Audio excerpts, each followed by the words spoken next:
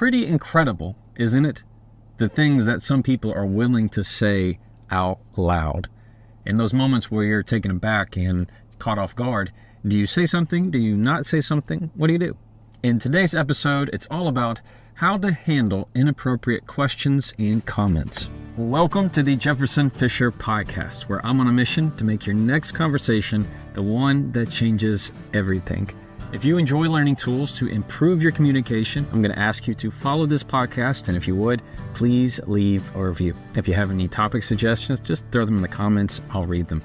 I also want to make sure I tell you that my new book, The Next Conversation, is officially out on pre-order. Down in the show notes, you'll find a link to it. And those that pre-ordered, well, I made you some bonuses. I made 3 free bonuses that can help you. I made them myself, and I know you're going to really like them. So those who pre-order, that's what you get. The next time that someone asks you an inappropriate question or makes an inappropriate comment, here's what I want you to do. Number 1, say nothing. Just add 5 seconds of silence. This is a tip that I use all the time and recommend because it truly does work. About 5 seconds of silence, and you have to pair it with your face. All right? You don't have to say anything, but the look. And you know what kind of look I'm talking about. That look that says, I know you didn't just ask me what I think you asked me. Most of the time, that's all you have to do. Number 2, if you need to be a little bit more direct, I'm going to encourage you to use phrases that aren't going to get the other person defensive. Phrases like, what's your intent? As in, what's your intent on asking? Or, what makes you want to know? These are questions that, though direct, aren't going to make the situation worse. And number 3, if you can, depending on the person, just kind of play it off. These are friendly ways to say things lighthearted, such as, I like to keep a little mystery, or that's between me and myself. Something that keeps the mood lighthearted, a little bit friendly, and lets them know you're not going to give that kind of information. Now listen, everybody is guilty of asking or making an inappropriate comment or question. Everybody. It's just called putting your foot in your mouth, where you didn't really mean to say that out loud and you can't believe you said that. You just go, oh my gosh, I can't believe I just said that. And you wish you could put it back in, but you can't unring that bell. So I want to clarify that those who make inappropriate comments and questions, it doesn't make them a bad person. Now, there are some that they are bad, of course, but it doesn't mean that if you make the inappropriate question, that's exactly who that person is. Sometimes it's just an off day.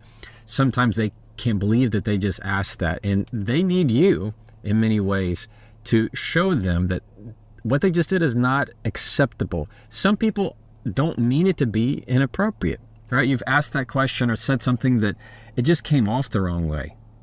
What makes it inappropriate? A lot of different things, a lot of different contexts, but often some people just might ask a question and realize, oh, wait, I shouldn't have asked that. Well, I shouldn't have, I totally made a mistake there. It doesn't mean that it's necessarily inappropriate. It just means they asked the wrong question at the wrong time and said it the wrong way. So it might not be inappropriate to ask, but it might be inappropriate in terms of the overall context. So anytime you feel that, I want to make sure that I emphasize it's a case-by-case basis, and you're going to have to base it on who you're talking to, what you know about that person, what the context is, what the circumstances are. So don't assume that just because they asked it, it makes them a good or bad person. If there's one thing that I pray that you've learned from me, if you've listened to any of my podcasts or watched any of my content, it's that silence is truly powerful tool that you can use to apply with just about anything. When somebody's making a comment that is inappropriate or asking that question, using silence as your answer is a way to set your feet in the conversation and saying no. Okay? It's a way of almost putting up the hand. And you're not having to do anything. Understand that just because they asked that question, it is solely within your power to decide if you say anything at all. Hear me again. It is solely within your power when somebody asks that inappropriate question for you to have any response whatsoever.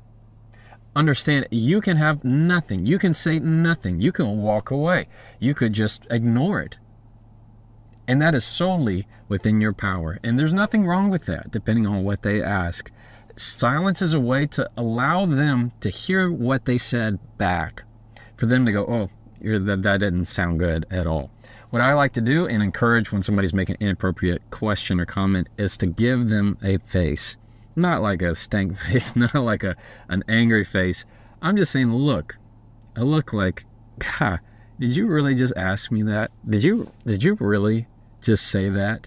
This face that says, do I really have to comment on that? Or maybe even stronger, this is not something I'm going to comment on. When you pair with that nonverbal communication, you say all that you need to say without saying a single word. All right? So anytime that you feel that tension, the biggest takeaway that I want you to have is you're under no obligation to say a thing. So often we feel like just because somebody asks us something, we have to have an answer. We have to have a response. Typically when somebody says something inappropriate, we kind of, in the South we say hem and haw, you kind of just go, I mean, and you feel like you have to have some kind of answer because they asked. When it's inappropriate, there's no obligation. There's nothing polite, a rule that you need to follow. It's just simply staying within your own power and your needs and your own mental health of saying, you know what? No, that's not something I'm going to respond to. Now, if you need to be a little bit more direct, then I'm going to encourage you to ask a question back to them. So often you're not giving them the answer that they want. You're asking a question that serves as a second mirror in a way to see what are they getting at here? What's the point? So you ask the question, what's your intent? Meaning, what's your intent on asking that? Usually if I ask that question, somebody says something, an inappropriate question, I might ask, what was your intent? What's your intent with that? They often will say, oh, well, I mean, and they'll try and find an intent if they have one, or what makes you want to know?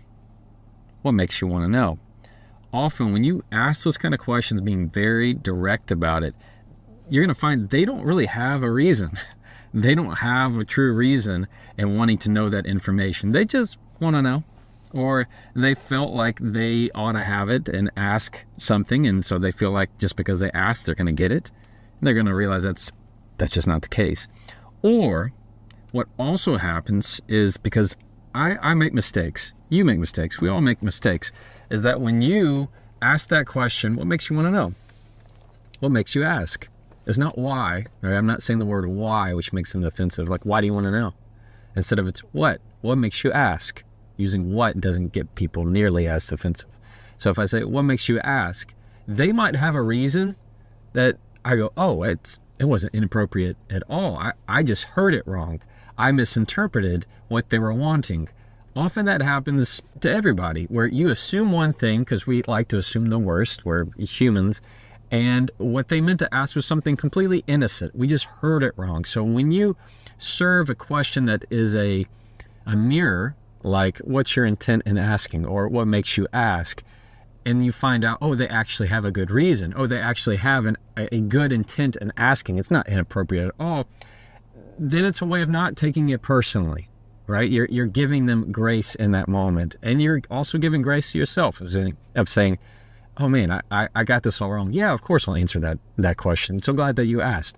So often it works both ways, where you're not just assuming the worst out of everybody. Instead, you're asking this question that is going to be both a buffer for the other person as well as yourself. And so let's say that you gave that 5 seconds of silence, and then you followed up with a question of what makes you ask? And they have an okay answer, but not something that you still really want to share. What I like to recommend is give a little bit of lightheartedness into your response. Reason being, at that point, I don't feel like they've done enough, depending on what they've said, for me to use my words to shut the door in their face, which we will talk about should you need that. But lighthearted in terms of, well, I like to keep a little mystery, or that's between me and myself, or the one I like to use is, that one's for me. That one's for me. In other words, I'm saying, hey, you know a lot about me, most likely. The fact that we're talking together, you might know some things about me, or you think you know, but that particular element that you're asking, that one's for me. I'm keeping that one to myself. You don't get that one. That's what I'm sending with that message. So understand, if you need to, just go back and say, wow, that one's for me. That one's for me. You're not going to share it. You don't need to share it. and you're letting them know that what they asked is not something that is for them to find out. Now, with my favorite part of the podcast, and this is where I get to answer a question from a follower. If you're part of my newsletter where I send out one communication tip once a week right to your inbox, I'm able to respond to people and they're able to ask me questions. And here on the podcast, I have been doing this since I started, and I pull a question from someone given the topic that I'm going to be talking about that given week. This one is from Rachel. Rachel is in Brazil. Rachel says, Jefferson, love your information. Thank you so much. I find it so useful. Thanks, Rachel. I have a problem. There is somebody that I work with who likes to ask me inappropriate questions. This is a supervisor. I never know really what to do. I typically try to just laugh it off, but I'd like to have an actual response. Any help would be appreciated. Rachel, I totally understand what you're going through. Most of the time, these kind of situations come up at work, right? Where you're not really family, but yet you're together all the time, so people feel like they can ask certain things or say certain things that they otherwise wouldn't feel comfortable about should y'all just be regular strangers on the street. So in that kind of situation, this is what I'd recommend to you, Rachel. Try a little bit of silence, and instead of this laughing nervousness, channel that into a response. If silence feels uncomfortable to you, or you feel like that's going to put you in a position that makes it feel more awkward, which is not a bad thing, by the way, channel that into a response of what makes you ask. All right? And don't take away that nervous energy and channel that into a response. When you start speaking, a lot of that nervous energy tends to flow out because you're breathing it out. All right? So when that happens, just what makes you ask? What makes you ask? And if this person, let's say the supervisor, is just tending to press a little bit more, make you feel uncomfortable in that way, then use words of preference and past. This is what I mean by that. When you say words that show that you have a history of doing things, it doesn't make it nearly as awkward because it's not as brunt with somebody for them to be, is brunt even a word? I feel like it should be. Maybe blunt, maybe brash. I mean, in that work environment, you don't want to sound like you're going to turn them off. I mean, you're probably good friends with this person, or you work with this person. You want to have a good relationship, so you don't want to just, kick them in the teeth with your words. But when you use phrases like, well, I prefer to, or I typically, or most of the time, or in the past, anytime you can indicate that you have a history of doing certain things a certain way, then that other person feels like this is just part of your manual. This is how you operate. I'm not singled out. So if that asks you an inappropriate question, let's say a guy asks, just for some dumb reason, asks what your pant size is, okay, or what shoe size, or whatever it is, or your weight, or anything.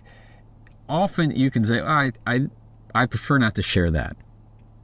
Instead of, that's private, right? And instead of having this snappy response where somebody goes, oh, excuse me, sorry. When you can use phrases that say, I prefer not to share that, or I typically don't talk about my appearance. Any way to show that you have a history of doing things, whether it's typically in the past, the way I prefer to do something, the way I typically do something, it allows you and the other person to have a much more smoother interaction because they don't feel like they're singled out. It makes them feel like, oh, this is just how you respond. This is part of your manual. This is part of the instructions that if I want to talk to you, this is not something that you share. So it's not that I'm the big bad person who asked this bad question.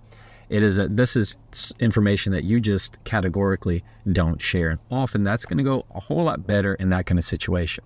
Now, Rachel, if they ask you a question that is just totally below the belt, it is not something that they should ever come out of their mouth, and you need to be a lot more strong with it, then channel that nervous energy into absolute seriousness. This says, that is not an appropriate question. That is not an appropriate question. Here you are labeling what they just asked. Simple as that. That is not an appropriate question. Cool?